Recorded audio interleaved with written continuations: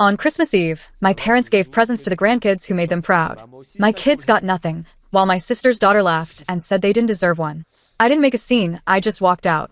The next morning, I sent one text. Never invite us again. We're not your punchline. That Christmas Eve, a single gift tore my family apart and forced me to make the hardest decision of my life. Choosing my children's worth over my own parents' approval. Picture this. December, snow falling in lazy spirals, the kind that makes you believe in magic. My boys, Travis and Owen, were practically bouncing in the back seat as I pulled into my parents' driveway. Their excitement, their pure, unadulterated joy, was a balm to my soul, a smile-inducing energy that almost made me forget the exhaustion settling deep into my bones after a brutally long week at the firm. Dad, do you think Grandma made her chocolate chip cookies? Travis, all gangly 11-year-old limbs and boundless curiosity, pressed his face against the window, fogging the glass with his breath. Owen, just 8, tugged on my sleeve from the back seat, and hot chocolate with extra marshmallows. I'd bet money on both, I told them, killing the engine and turning to face my boys. Travis was on the cusp of becoming a young man, while Owen still possessed that fearless wonder that turned every moment into an adventure. They were good kids, truly. The kind who did their homework without complaint, who helped Mrs. Henderson next door with her groceries every Saturday. Their mother, Sarah, would have been so incredibly proud of the young men they were becoming. But Sarah had been gone for 3 years. Cancer doesn't care about fairness or timing. It doesn't pause for a husband begging for just one more year, one more month, one more day.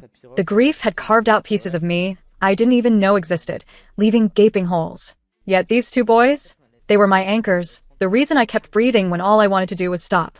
We wrestled the carefully wrapped presents from the trunk, each box a testament to my fumbling attempts at gift wrapping. Sarah, with her nimble fingers, was always the wizard with ribbon and tape. I'd always just watched, amazed. Now, I fumbled with corners that never quite lined up, a painful reminder of everything I'd lost. But you learn, don't you? You learn all the things you never thought you'd have to do alone. The front door swung open just as we reached the porch, spilling a warm, inviting light across the snow. My mother stood there, framed in the doorway, her apron dusted with flour, her smile bright as always. "They're my favorite grandsons," she called out, arms already reaching. Travis and Owen rushed forward, a whirlwind of enthusiasm, nearly knocking her over. I followed behind, juggling packages, trying to shake the clinging snow from my coat. "Careful with Grandma," I warned, but she was already laughing, hugging them tight, firing off rapid-fire questions about school and sports. My father appeared behind her, his reading glasses perched on his head, a dish towel slung over his shoulder. "Let them breathe, Linda. They just got here." Inside, the house smelled exactly like Christmas should. Pine from the massive tree in the living room, cinnamon from something delicious my mother had baking, and that indefinable warmth that only comes from a house full of family. Holiday music played softly from the old stereo, and every surface seemed to sparkle with decades of collected decorations. My sister, Vanessa, was already there with her husband, Keith, and their daughter, Madison. They'd flown in from Seattle the day before, taking up residence in the guest rooms like they always did during the holidays. But something about Vanessa felt different. Her hair was shorter, her clothes had that expensive sheen, you know? The kind that whispers, "Keith got a big promotion." "Look who finally made it," Vanessa said, glancing up from her phone. Madison sat beside her on the couch, absorbed in some game on her tablet, barely acknowledging our arrival. "Traffic was rough," I replied, setting the presents under the tree with the others. I noticed immediately that the pile seemed larger than usual, a veritable avalanche of wrapped boxes in varying sizes and colors. My gut told me something was off. Even then, Keith stood, extending a hand, his grip firm, his smile the practiced kind that came from years of corporate meetings. "Good to see you, Nathan. How's the law business treating you?" We fell into the easy small talk families do, catching up on jobs and weather, all the mundane details that fill the space between visits. Travis and Owen disappeared into the kitchen with my mother, no doubt hunting for those promised cookies. Madison remained glued to her screen, her thumbs flying across the glass. Dinner was the usual beautiful chaos, plates passed around the long dining table while everyone talked over each other in that comfortable way families have. My mother, bless her, outdid herself with ham, mashed potatoes, green bean casserole, and rolls so fresh they steamed when you broke them open. Travis ate like he'd been starving for weeks, while Owen carefully constructed the perfect bite on his fork before each mouthful. "How's school going, boys?" my father asked between servings. Travis swallowed quickly. "Really good, Grandpa." "I made honor roll again, and coach says I might make varsity baseball next year, even though I'm only in 6th grade. Pride swelled in my chest.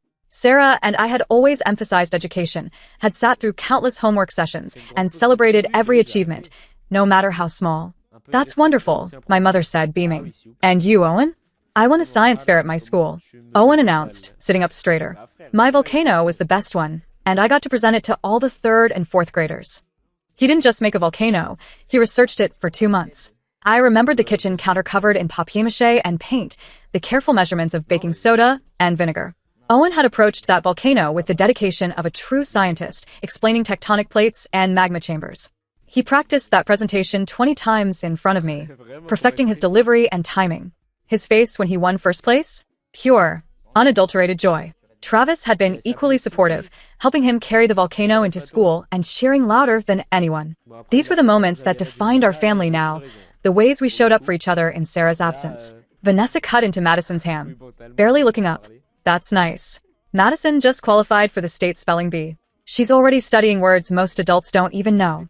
Just like that, the conversation shifted. It always did. To Madison's accomplishments, the piano recitals, the dance competitions, the advanced reading levels, the special tutoring sessions. I didn't begrudge my niece her success.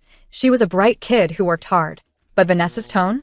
It always carried this subtle, cutting edge, a barely veiled implication that Madison's achievements somehow eclipsed everyone else's. After dinner, we moved to the living room for the traditional gift exchange.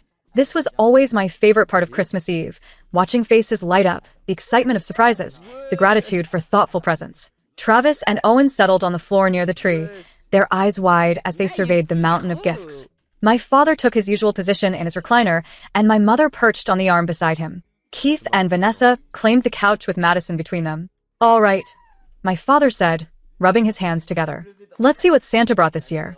But instead of beginning the distribution like we always did, with the youngest going first and working our way around, my mother stood and walked to the tree with a strange purposefulness. She selected several boxes, medium-sized, wrapped in identical silver paper with red bows.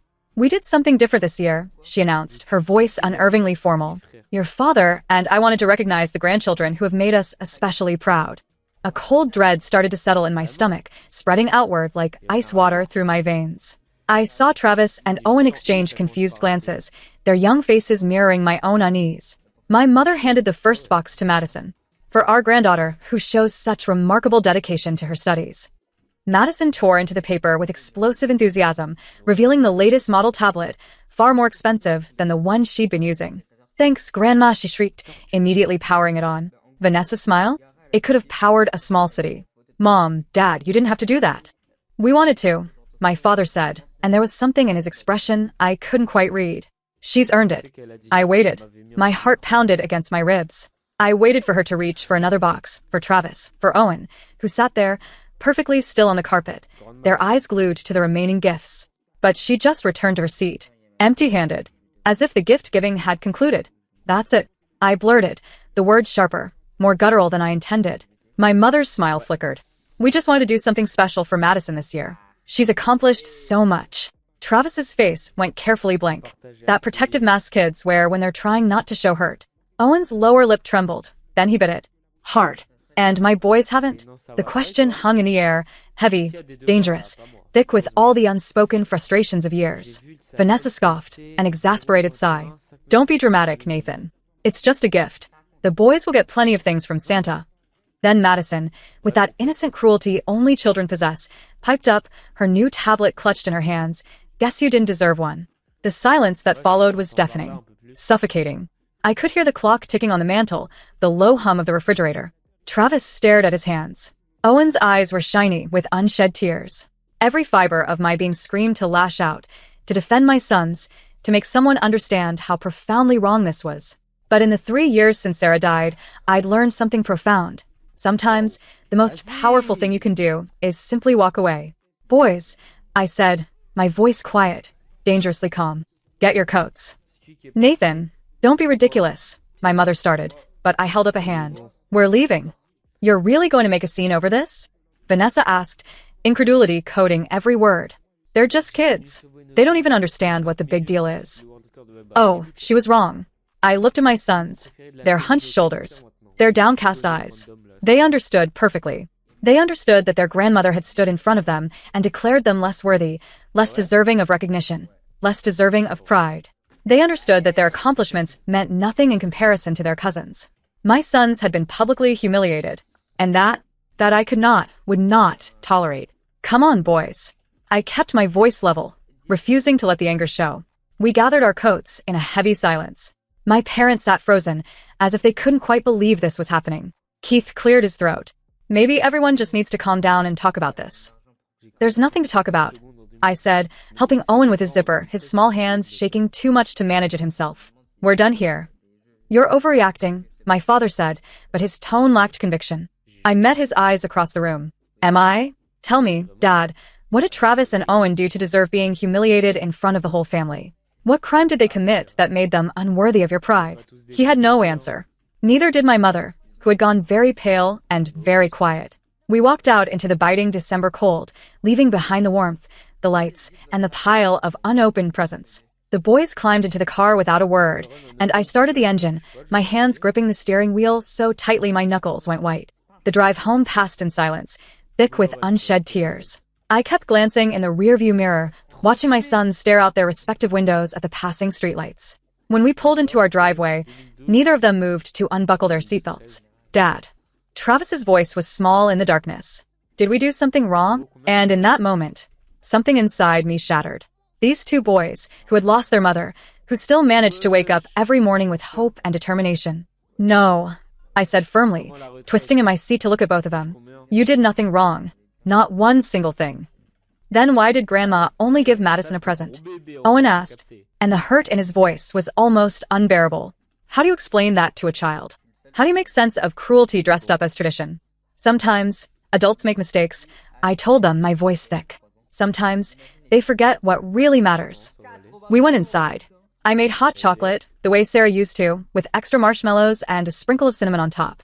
We sat at the kitchen table, just the three of us. I let them talk about their feelings if they wanted to, or sit in silence if they didn't. Eventually, they went to bed, and I sat alone in the dark living room, staring at our own Christmas tree with its modest pile of presents underneath. My phone had been buzzing since we left, messages piling up from my mother and Vanessa, even one from Keith. I ignored them all until the house was quiet and the boys were asleep. Then I opened my messages. My mother's texts were full of placation, asking me to understand, insisting they'd never meant to hurt anyone. Vanessa's messages were defensive, accusing me of ruining Christmas over nothing, suggesting I was too sensitive, too emotional, too unwilling to see things from their perspective. I deleted every message without responding. Instead, I opened a new text thread to the family group chat that included my parents, Vanessa and Keith. I stared at the blank screen for a long time, thinking about all the things I could say, all the anger and disappointment I could unleash. But Sarah's voice, a quiet whisper in my memory, reminded me that dignity was often more powerful than rage. So, I typed one single sentence. Don't ever invite us again. We're not your punchline. Then I turned off my phone and went to bed. Christmas morning dawned, quiet and gentle, with fresh snow and weak winter sunlight. Travis and Owen crept into my room at dawn, just as they had every Christmas since they were old enough to walk, their excitement tentative but present. We went downstairs together, and I watched them open the presents I'd carefully selected and wrapped. Saw their faces light up with genuine joy over books and games, and the things they'd asked for. We made pancakes for breakfast, burning the first batch because Owen wanted to flip them and misjudged the timing. We laughed about it, and that laughter? It felt like healing. Small, but profound. My phone stayed off all morning. When I finally turned it back on that afternoon, the messages had multiplied exponentially. My mother was apologetic now, begging me to reconsider, to bring the boys over for Christmas dinner at least. Vanessa had apparently told her side of the story to our extended family because I had messages from cousins and aunts asking what had happened. Some supportive, others critical of my dramatic exit. I responded only to those who seemed genuinely concerned, explaining simply that we'd been disrespected and had chosen to leave rather than subject my children to further hurt. To everyone else, I said nothing. The days after Christmas brought an unexpected cascade of consequences. My mother called repeatedly, her voice trembling through the voicemail messages she left. She insisted she hadn't meant any harm, that she just wanted to do something special for Madison, that she'd never intended for Travis and Owen to feel excluded. But intention doesn't erase impact. Sarah had taught me that during our marriage, during the countless small moments when we'd had to apologize to each other for hurts delivered without malice, but with consequences nonetheless. Vanessa's approach was different. She showed up at my office 3 days after Christmas, walking past my secretary with a kind of confidence that came from a lifetime of getting her way. "You embarrass Mom and Dad," she said without preamble, settling into the chair across from my desk. "They're devastated." I put down the brief I'd been reviewing. "And my sons? How do you think they felt?" "Kids are resilient," she dismissed, waving a dismissive hand. "They'll get over it." "Is that what you truly believe?" I asked, my voice dangerously low. "That we should just teach children to accept being treated as less than because it's convenient for the adults in their lives?" Vanessa crossed her arms. "One gift, Nathan. You're destroying family relationships over one gift." It wasn't about the gift. I leaned back in my chair, studying my sister's face and seeing a stranger there. It was about what that gift represented. It was about standing in front of my children and announcing to the entire family that they weren't good enough to be recognized, weren't worthy of pride. That's not what happened. That's exactly what happened. And then your daughter laughed at them, rubbed salt in the wound, and nobody said a word to correct her. Vanessa's expression shifted, uncomfortable now. Madison's just a kid. She didn't understand. "Maybe someone should teach her," I said, standing up, signaling the conversation was over. I meant what I said in that text. We're not coming back to play happy family while my children are treated like second-class citizens. She left angry, slamming my office door hard enough to rattle the frame. My secretary poked her head in a moment later, concern written across her face. "Everything okay?" "Family drama," I said with a weak smile. "Nothing that won't pass eventually." But I wasn't sure that was true. The fracture between Vanessa and me had been forming for years if I was honest with myself. Since Keith's career had taken off and they'd moved to Seattle, there had been a subtle shift in how she viewed the rest of the family. Money changed people. Or maybe it just revealed what had always been there beneath the surface. She'd started making comments about life choices and maximizing potential, thinly veiled criticisms of my decision to stay in a mid-sized firm rather than pursuing partnership at a major corporate practice. Sarah had always defended me, pointing out that I'd chosen a career that allowed me to be present for my family, that not everyone measured success by the size of their salary. Without Sarah's voice to counter Vanessa's judgment, the distance between us had grown wider with each passing year. The new year arrived quietly. Travis and Owen returned to school, and life settled back into our familiar routines. Travis made the varsity baseball team just like his coach had predicted, and came home with a permission slip for tournaments that would run through spring. Owen started a new project, this time building a model solar system with meticulous attention to scale and detail. My parents sent gifts for both boys' birthdays, packages arriving with cards signed by both of them, but clearly written in my mother's handwriting. The messages were generic, wishing them happiness and growth, mentioning how proud they were without any specific references to actual accomplishments. I let the boys decide whether to call and say thank you. Travis did, keeping the conversation brief and polite. Owen asked me to send a text instead, unwilling to hear his grandmother's voice.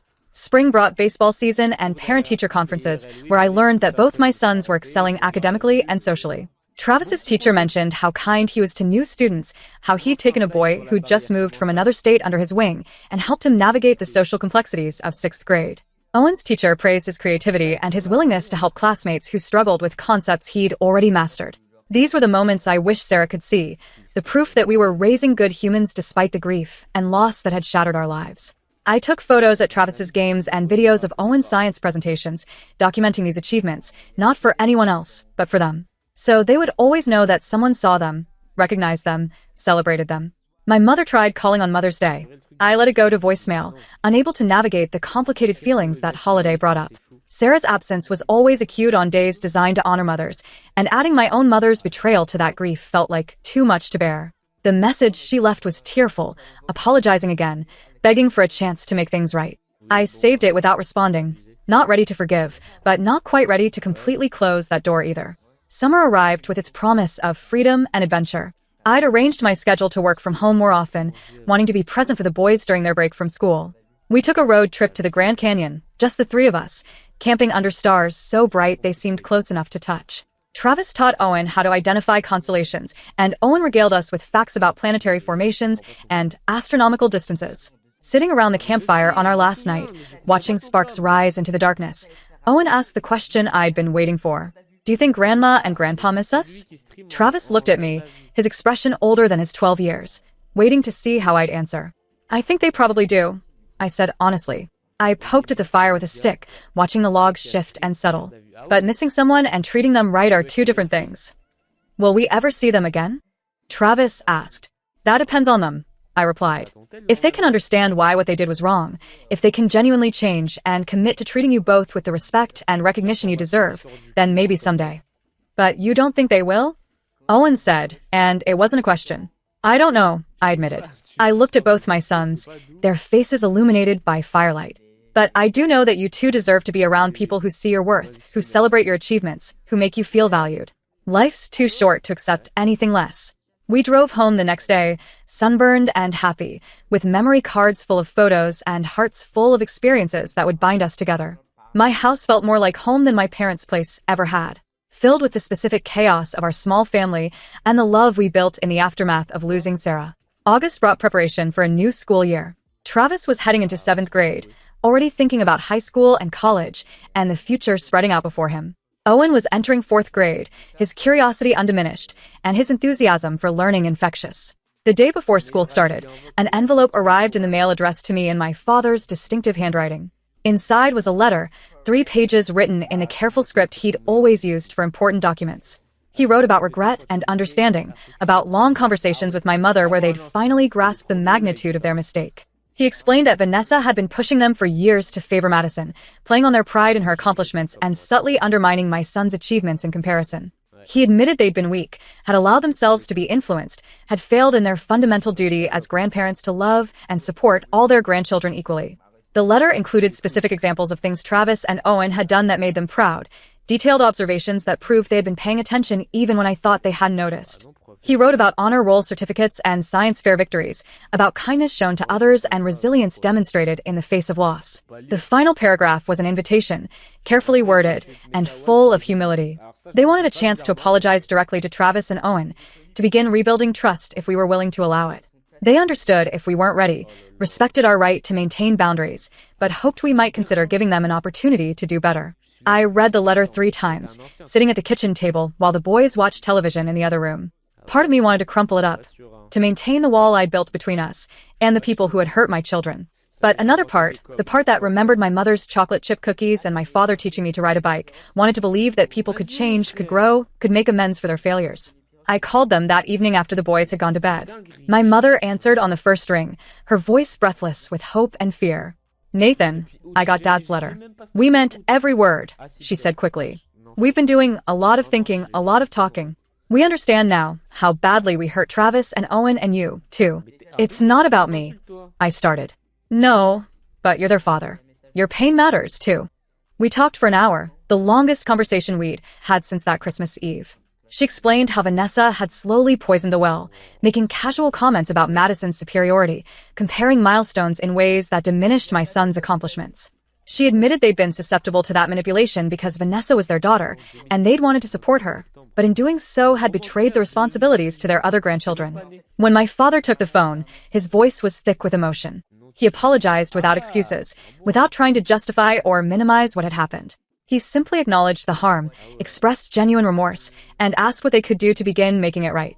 I told them I needed to talk to Travis and Owen first to see if they were even interested in reconnecting. I explained that any relationship moving forward would have to be built on consistent, demonstrated change, not just promises and pretty words. They agreed to everything, grateful just to have the conversation. The next morning, over breakfast, I showed the boys the letter. They read it together, Travis's finger following the lines while Owen leaned against his shoulder. When they finished, they looked at each other in that silent communication siblings share, having an entire conversation without words. What do you think? I asked, not wanting to influence their decision. Travis sat down the letter. I think people make mistakes, even big ones. Owen added, looking at me for guidance, especially big ones. I poured myself more coffee, giving them time to process. But the question isn't whether they made a mistake. It's whether you believe they understand why it was wrong, and whether you trust them to do better. Can we think about it? Travis asked. Take all the time you need.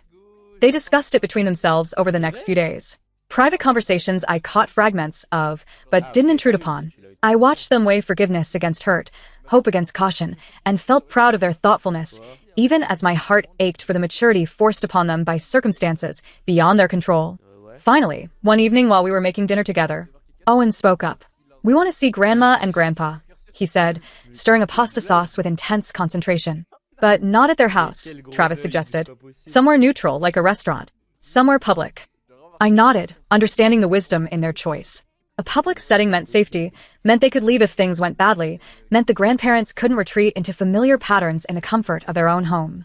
We arranged to meet at a family-friendly restaurant the following Saturday afternoon. My parents arrived early. I could see them through the window when we pulled into the parking lot, sitting at a table and talking quietly to each other. My mother's hands were clasped tightly on the table, and my father kept adjusting his silverware. Small, nervous gestures that betrayed their anxiety. Travis and Owen walked in ahead of me, and I watched my parents' faces light up at the sight of them. Joy and relief and desperate hope all mixed together. My mother stood, but didn't rush forward, respecting the space the boys needed.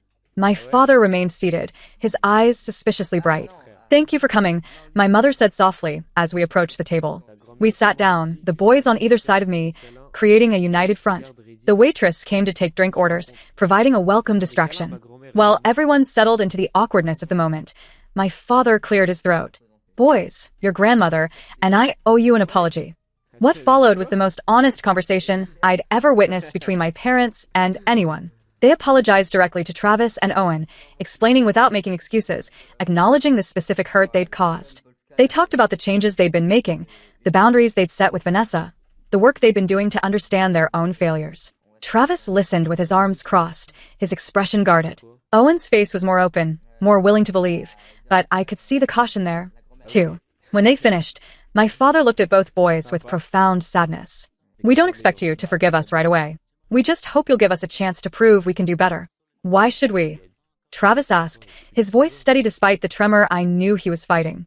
"You made us feel like we didn't matter, like nothing we did was good enough." "You're right," my mother said, tears spilling down her cheeks. "We did that, and it was wrong. And we're so sorry." The lunch lasted 2 hours, food barely touched as we navigated this delicate new territory. My parents asked about school, about baseball and science projects, about the Grand Canyon trip, and our summer adventures. They listened with genuine interest, asking follow-up questions that proved they were truly hearing what the boys said. When we finally left, my mother asked if they could call sometimes just to check in. Travis and Owen agreed, still cautious, but willing to try. The months that followed brought slow, careful rebuilding. My parents called once a week, conversations that started awkwardly but gradually became more natural. They sent cards for no reason, just thinking of you notes that acknowledged small accomplishments and daily joys. They asked before sending gifts, respecting boundaries, and being mindful of creating any appearance of favoritism. Vanessa, unsurprisingly, didn't take kindly to the new family dynamics. She accused my parents of choosing my family over hers, of punishing Madison for their mistakes. The rift between my sister and me became a chasm, one I had no interest in bridging unless she could acknowledge her role in the damage done. My parents held firm, though, refusing to enable Vanessa's behavior any longer. They loved Madison, made sure she knew it, but declined to participate in the constant comparison and competition Vanessa tried to foster. Thanksgiving approached with uncertainty hanging over the holiday. My mother called to ask if we'd consider joining them, making it clear that Vanessa and her family would not be attending. "We'd like to start new traditions," she said. "Ones built on respect and equality, where everyone feels valued." Travis and Owen agreed to try, and we spent Thanksgiving Day in my parents' house for the first time since that previous Christmas Eve. The atmosphere was different, quieter perhaps, but genuine in ways our family gatherings hadn't been before. My mother made sure to ask each boy about their specific interests and achievements, celebrating them equally and enthusiastically. My father engaged them in conversations about their futures, their dreams, their opinions on everything from baseball statistics to space exploration. After dinner, while my father and the boys were watching football, my mother and I cleaned up in the kitchen. She washed dishes while I dried, falling into the rhythm we had when I was young, and would help her after family meals. "Thank you," she said quietly, handing me a dripping plate, "for giving us this chance." "Thank you for earning it," I replied, drying the plate carefully, setting it in the cabinet. It couldn't have been easy, standing up to Vanessa. It was necessary. She paused, her hands still in the soapy water. "I failed you all, but especially Travis and Owen. I let my desire to please everyone blind me to who I was hurting. That stops now." We finished the dishes in comfortable silence, and I realized that this finally felt like home again. Not the same home it had been before, not unchanged by what had happened, but something new being built on the ruins of what broke. Christmas came around again, a full year since everything had fallen apart. My parents invited us to celebrate with them, and this time when we arrived, the house felt welcoming rather than fraught with tension. The tree was decorated beautifully, and beneath it sat presents wrapped with care. When the time came to exchange gifts, my mother and father made a point of presenting Travis and Owen with identical boxes wrapped in matching paper. For two grandsons who make us proud every single day, my father said, his voice firm and clear, "Your kindness, your intelligence, your resilience, and your capacity for forgiveness humble us." The boys opened their gifts to find high-quality cameras, equipment that would support their different interests, but was equal in value and thoughtfulness.